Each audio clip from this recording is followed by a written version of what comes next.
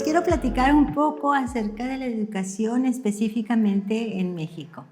En la época prehispánica, donde los aztecas y los mayas eran como dueños de los territorios, la educación estaba ligada íntimamente a la religión. No sé si conocen o si saben, por ejemplo, los aztecas tenían muchos dioses como Tlaloc, el dios de la lluvia, o la Coyolxauhqui como la diosa de la luna. Entonces, la educación que se daba estaba muy ligada a la religión y a la organización social. Existían diferentes estructuras escolares, lo que es el Tepochcali, que era la educación para la gente del pueblo, y el que era la educación para los hijos de los nobles y de la realeza de los aztecas. Los aztecas y los mayas tomaban muy en serio la educación, sobre todo para la formación del carácter y la obediencia, que la obediencia no es lo mismo que la sumisión, ¿ok? En la educación en la colonia llega la religión católica a México y esta está propuesta por la corona española y evidentemente la Iglesia Católica. Llegan a México diferentes grupos religiosos como los frailes para establecer las escuelas. Los frailes jesuitas, franciscanos y dominicos son los que más llegaron a México, y hasta la fecha en la Ciudad de México existen escuelas que, si bien no están totalmente enfocadas en la religión, tienen como base este principio y siguen trabajando sobre todo a nivel universitario. Una de las características de esta educación en la colonia es que las mujeres no tenían acceso a la educación, digamos, que no fuera más allá de la educación de los quehaceres del hogar. No tenían acceso a la educación científica o a la educación organizada y estructurada. Se dedicaban básicamente a las labores de su hogar. Para la época del siglo XIX viene un gran cambio en México, la Revolución Mexicana, y lo que sigue de eso nos da la oportunidad de estructurar las leyes de reforma, donde se separa. Benito Juárez es el que separa la iglesia del Estado, que es uno de los grandes avances. Entonces, en las escuelas ya no se enseña religión, ya no tienen que ir a misa, ya no tienen que ser católicos, sino ya se separa completamente la escuela de la iglesia.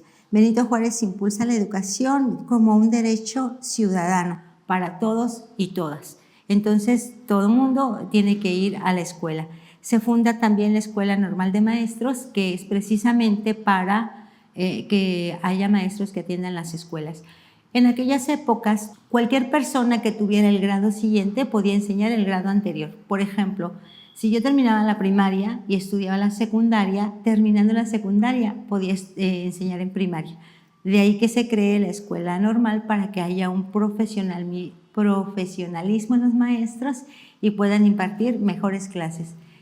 Tenemos todavía el problema de los maestros rurales, pero bueno, es algo que se ha estado trabajando a lo largo de la historia. Y en el siglo XX es cuando empieza la Revolución Mexicana y la modernización. La revolución en términos de que nos vamos modernizando, cambia absolutamente todo, y es Vasconcelos el que crea la SEP en 1921, y esto nos permite, que hasta la fecha existe, constituir el artículo 3 de la Constitución de 1917, que está dedicado específicamente a la educación. Todas las personas tienen derecho y obligación de de asistir a la escuela, y en nuestro país la escuela preprimaria, primaria, secundaria y preparatoria son de carácter obligatorio.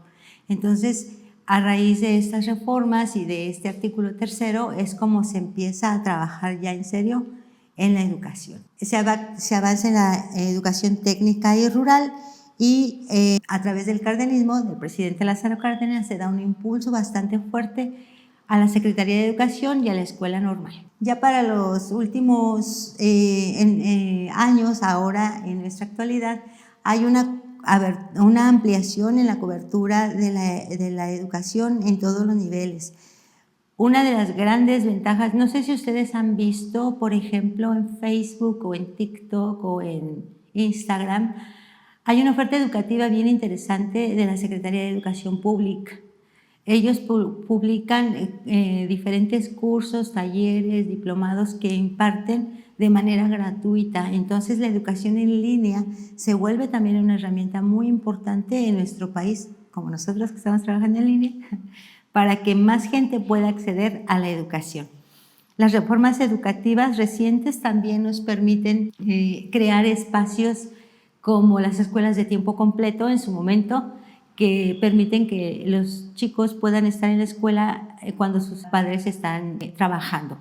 ¿Cuáles son los retos que enfrentamos? Evidentemente la desigualdad. No todos podemos ir a las mismas escuelas, ni todos podemos ir a la escuela. ¿Por qué? Porque de repente no hay para el desayuno, no hay para la ropa, no hay para los libros. Entonces hay muchas desigualdades todavía en nuestro país. La deserción escolar se crea como una bola de nieve cuando un niño llega a la primaria y no sabe las letras, por ejemplo, y pasa segundo año y sigue sin saber las letras, pero recibe más conocimiento, y cuando llega a la secundaria ya no sabe nada y entonces desertan. Las razones por las que sucede esto las veremos en algún momento, pero sí es importante saber que la deserción escolar está íntimamente ligada a las condiciones sociales de nuestro país. Y la educación digital, que es un reto para muchos porque no todos tenemos acceso a Internet, no todos tenemos una computadora, una tableta o un teléfono, que sería lo ideal.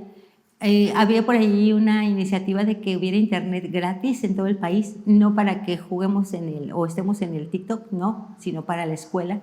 Y eso nos permitiera elevar nuestro nivel educativo. ¿Ok? Bueno, pues aquí los dejo.